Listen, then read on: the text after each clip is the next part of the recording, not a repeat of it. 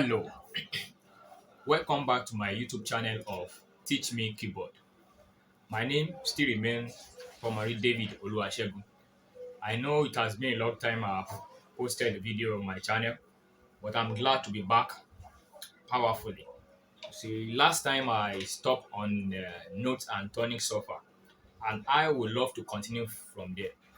If you love my channel, I would like you to subscribe to my YouTube channel and click on the notification bell so that whenever I release new videos, piano tutorials, you will be aware. And I can assure you, I will post more piano lessons as from now, from time to time, that you can practice on your own. And as you follow me, you will be blessed. Today, I will be continuing with my lessons, and I want to take a keyboard as an instrument. What you need to know by taking keyboard as an instrument. What are the things that you need to put in mind?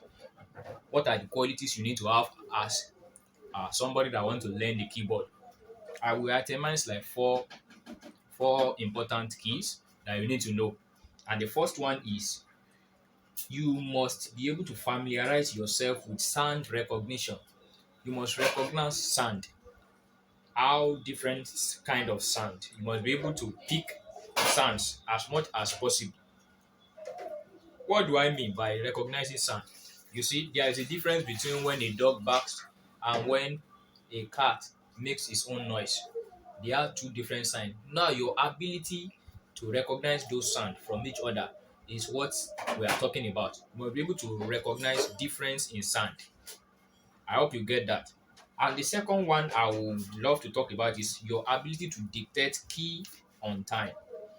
Your ability to detect key on time when a singer or chorister is ministering. Dictating keys on time. You know, I told us in my last video that I posted some months ago that we have 12 keys in music. And as I told you, they are alphabetically arranged. As you can see on the keyboard in front of you, you have C, you have D, you have E, you have F, you have G, you have A, you have B, and back to C. You have 12, you have 12 keys, you have 12 keys all together. And you can see the way they are arranged on the keyboard. This is your C, this is D, this is E, this is F, this is G, this is A, this is B, and this is C. I told you how to recognize key C. It's the first white key before every two black keys on the keyboard. That is what you know as what? As your key C. That's your key C. So, and the other one, the other five keys you are seeing in front of the keyboard, this is C sharp, this is D sharp, this is G sharp, this is G sharp, this is A sharp. As you can see, the way it is on the keyboard. Now, we'll be continue on this keys and important factors you must have. The another one that I want to talk about is your hand flexibility, your ability to be able to hold on the keys firmly when playing, your ability to hold on the keys firmly when you are playing, your ability to hold on the keys firmly when you are playing. This helps you very well when you place your hand on the keyboard, as in you just place your hand on the keyboard like this. So you must be able to hold all those keys firmly. It's part of the qualities you must have, and flexibility and we'll soon move to the topic that I know will be a help to you. If you can do that exercise very well, it will help you in this quality that I'm talking about, your hand flexibility. Now, the fourth one is your ability to know and to put notes on any song at any point in time. Your ability to know and to put notes on any song at any point in time. So this is the most important quality that you must have as a good keyboardist. See, it's the most important one. I told you music is all about what? Notes. Music is all about what? Notes. So we have different types of notes, and as you can see the keyboard in front of you, all these keys, both the white key, the black keys, all of them, they are notes. And music is based on what? On notes. Music, note is fundamentals of music. So you must be able to put notes on any song at any point in time. It's part of the qualities you must have as a good keyboardist. As we proceed in these lessons, I will still be sharing more videos on that and to give you more light. I'm just telling you those qualities you must have as a good keyboardist if you want to be successful in this career. They are part of the qualities you must have. It is very, very important. You must have them, and it will help you a lot. It will help you a lot. It will help you. So those are the qualities you must put at the back of your mind to be able to have and work with it. It will help you. At least by the grace of God, this I've been playing keyboard over the years now, more than 10 years that I've been playing instruments, and I can tell you based on experience, those are things you need to put in mind if you want to go far in playing this particular instrument. Now I will be moving to fingering on the keyboard. Fingering on the keyboard. Fingering. Fingering on the keyboard. Fingering on the keyboard. Now this is a process whereby a player uses some specific fingers to play some specific notes on the keyboard. It's a process whereby a keyboard player uses some specific fingers for it to play some specific notes on the keyboard. And this fingering that we are talking about work on the basis of what? Of tonic solfa. Your do, re, mi, fa, sol, la, ti, do, ti, la, sol, fa, mi, re, do. And now for the course of this lesson, I will be using key C to explain most of my lessons. As you can see, I've told you how to recognize key C. This is key C, the first white key before every two black keys on the keyboard. This is key C. As you can see, this is key C. So, your tonic solfa. Do, re, mi, fa, sol, la, ti, do, ti, la, sol, fa, mi, re, do. So, how do we play it with our fingers? That is what we are talking about. That is what we are talking about by talking about fingering. Now, we have both right and left fingering. We have both right and left fingering on the keyboard. You have your right fingering, you have your left fingering to play the tonic solfa. Now, for the right fingering, we have the formula 3-5-5-3. 3-5-5-3. 3-5-5-3. 3-5-5-3. So, what do I mean by 3-5-5-3? This is what I count out myself for easy playing and for easy understanding. So, look at my hand. This is the right finger now. This is 1, 2, 3, 4, 5. This one stand for 1. This is 2. This is 3. This is 3. The ring finger. The ring finger. This is 3. This is 4. This is 5. This is the pinky finger. This is the thumb. As you can see. So 1, 2, 3. 1, 2, 3, 4, 5. That is in the what? Forward direction. Then backward. 5, 3. 1, 2, 3, 4, 5. Then 1, 2, 3. Did you get it? 1, 2, 3. 1, 2, 3, 4, 5. Let me demonstrate it for you on the keyboard. This is 1, 2, 3. 1, 2, 3, 4, 5. Then 5, 3, 2. Yeah, 5, 4, 3, 2, 1. 3, 2, 1. Did you get it? 1, 2, 3. 1, 2, 3, 4, 5. 5, 4, 3, 2, 1. 3, 2, 1. That's what I mean by 3, 5, 5, 3. I hope you are looking at my hand. 3, 5, 5, 3. I will do it again. 1, 2, 3, 1, 2, 3, 4, 5. 1, 2, 3, 4, 5, 1, 2, 3. 1, 2, 3, 1, 2, 3, 4, 5. 1, 2, 3, 5, 3, 2, 1. 1, 2, 3, 1, 2, 3, 4, 5. 5, 3, 2. 5, 4, 3, 2, 1, 3, 2, 1. I hope you get that. So that is the right fingering. That is the right fingering. Now I will move to the left fingering. The left fingering is just the opposite of the right fingering, which you have 5, 3, 3, 5. You have 5, 3, 3, 5. 5, 3, 3, 5. 1, 2, 3, 4, 5. 3, 2, 1. Can you see? I hope you can get that. I hope you can get that. 5, 4, 3, 2, 1.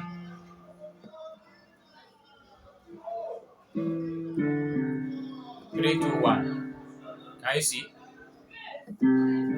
5, 4, 3, 2, 1. 3, 2, 1.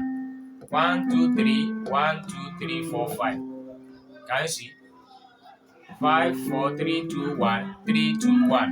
1, 2, 3. 1, 2, 3, 4, 5. That's what I mean by 5. You see? Then 3, 5. Can you see now? 5, 3, then 3. Can you see? 3, then 5. Can you see it? 5, 4, 3, 2, 1, 3, 2, 1. 1, 2, 3, 1, 2, 3, 4, 5. 5, 4, 3, 2, 1, 3, 2, 1. 1, 2, 3, 1, 2, 3, 4, 5. It's just the opposite of your right fingering. Now, what we are interested in is how fast you can play this exercise. That is what will help in one of the keys I mentioned the other time about when I was talking about your key hand flexibility. Your hand must be flexible enough to be able to hold on the keys firmly. This is one of the exercise you can do that will help you.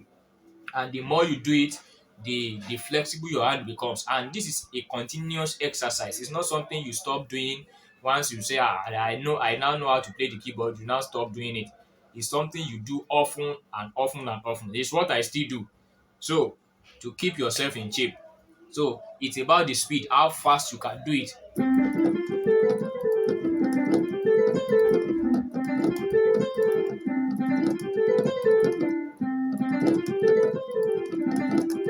As fast as possible, as much as you can do it. So it's a continuous exercise, it's not something you stop doing. Do it as often as you can. Do it as often as you can. So it increases your speed on the keyboard, and it also determines that it determines your speed level, how fast you can move from one place to the other. So I pray the Lord will bless you as you go ahead and get your own keyboard and practice it as often as you can. Give it give it time, practice it, do it as much as you can. Now we'll move to the the second to the last topic on this in this video that I want to share with us is flat and sharp. Flat and sharp, flat and sharp. Now the movement from one note to another in the forward direction on the keyboard from your left to the right on the keyboard is known as sharp. The movement from one note to another in the forward direction on the keyboard, that is the movement from left to right on the keyboard, is known as what? Sharp. It's known as sharp. Did you get that? It's known as what? It's known as sharp. I'll give you just the explanation of what I just said now. If you are moving, this is the keyboard now. You can see this is my left, this is my right. This is my left, this is my right. So if you are moving from your left like this to your right, we are talking about what? We are talking about sharp. Now that is the literal meaning. Now when you are talking in the musical term now, when you increase a particular note by a semitone, I'm still coming to those. I'll still coming to that lesson of tones and semitones, which is the most important aspect of learning keyboard, and it cut across every other instrument. If you want to learn other instrument, you must know what tones and semitones is all about. So when you increase a particular note by a semitone, it is what? Sharp. That is sharp. Increasing a particular note by a semitone higher is what we know as what? Sharp. When you decrease a particular note by a semitone is what we know as flat. Now the literal meaning is if you are moving from your left hand side on the keyboard to the right is what? Flat. The movement from the right hand side to the left hand side on the keyboard is what we know as what? Flat. That's the literal meaning. But the musical explanation is if you if you if you reduce a particular note by a semitone, you are flattening that particular note. We were talking about what? Flat. We are talking about flat. So it's either you move in the forward direction or in the backward direction. Forward or backward. If it is forward, it is what? Sharp. If it is backward, it is flat. I hope you got the understanding. So I hope you got it. So you can share your comments on my YouTube channel if you have any question that you want me to give clarification or to give you explanation, or you can share it. You can ask those questions. I will respond to it. I will respond to it. So now, I told you the other time that we have 12 keys on the keyboard and we have 12 keys in music. Now, based on this principle that I just explained to you now, all these five black keys, they have two names based on this principle, and I will explain the reason why. Now, this is C, right? This is C sharp because you are moving from your left to the right. So when you move from this key to this key becomes what? C sharp. Did you get it? I will first of all explain the sharp, the reason why they are bearing two names. This is in terms of the sharp now. This is C sharp. This is D, right? When you move to this key, it becomes D sharp. Did you get that? This becomes D sharp. This is E to F. When you move to this key, this is F what? F sharp. This is F sharp. Do you get it? This is F sharp. So this is G. This is G sharp. This is A sharp. A sharp. Did you get that? This is A sharp. This is A sharp. So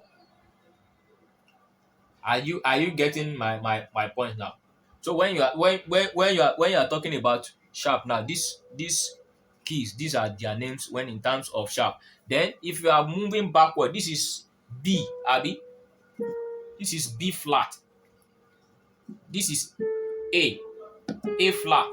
This is G flat. This is E flat. This is D flat. So this key can either be C sharp or what? D flat. This one can either be D sharp or E flat. This one can either be F sharp or what? G flat. This can either be G sharp or A flat. This can either be A sharp or B what? Flat. So that's why these black keys have two names. So whatever name you call them, those two names is acceptable based on this explanation, on this principle. You can either call it C sharp or D flat, but they have their more dominant name that they call them. But if you call them the other name, it's still acceptable based on this principle. You see, so you lower the pitch of a particular note by a semitone. That is what flat is all about. When you lower a particular pitch of a note by what? By a semitone. And when you sharp or you raise a particular note by what? By a semitone, you are talking about what? Sharp. So that's just the musical interpretation that I will give you for the explanation. I hope you get it and you are following me. So, and we normally call key C a natural note. Key C is always referred to as the natural key. And now I will move to the last topic in this lesson that I want to talk about is what we call octave. Octave. Octave. What is an octave? From the Latin word octavus, it means what? 8. In your mathematics, you have oct, you have nanon, nanogon, you have octagon, you have hexagon.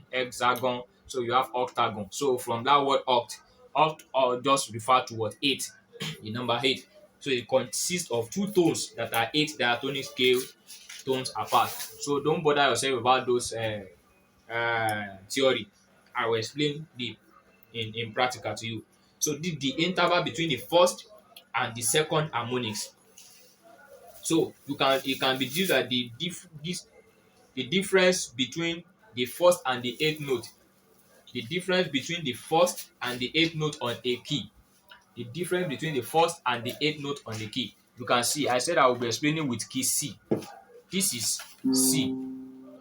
This is do, re, mi, fa, sol, la, ti, do. So you can see this is 1, 2, 3, 4, 5, 6, 7, 8.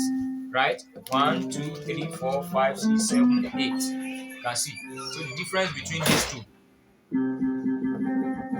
you can see this is higher than this. This is higher than this. So in a piece, in a written piece, where we want to differentiate these two notes now, this one will carry an apostrophe mark. That is to designate that is not on the same octave with this. You might represent an octave sign with an apostrophe sign if in English language. So that sign represents what? An octave, telling you that this particular note is higher than this. So when you are singing a musical piece now, if you want to pronounce this note, you must go to the next harmonics. You must go higher. You must increase the pitch of this particular note. It's different from this. This is do, do, do, do. That's the octave difference. So that's the octave difference. So it has so many advantages. Now it's one of the things we use to rate different type of keyboard. You can hear people saying how many octave does that keyboard has. As for a standard keyboard, it should not be less than 5 octave. For a standard keyboard, it should not be less than what? 5 octave. You have those that are less than that, but they are not standard. So a standard keyboard starts from 5 octave upward. So you have 5, you have 7, you have 9, you have 13 octaves. So it works fine based on their functions. That's how you rate those keyboard.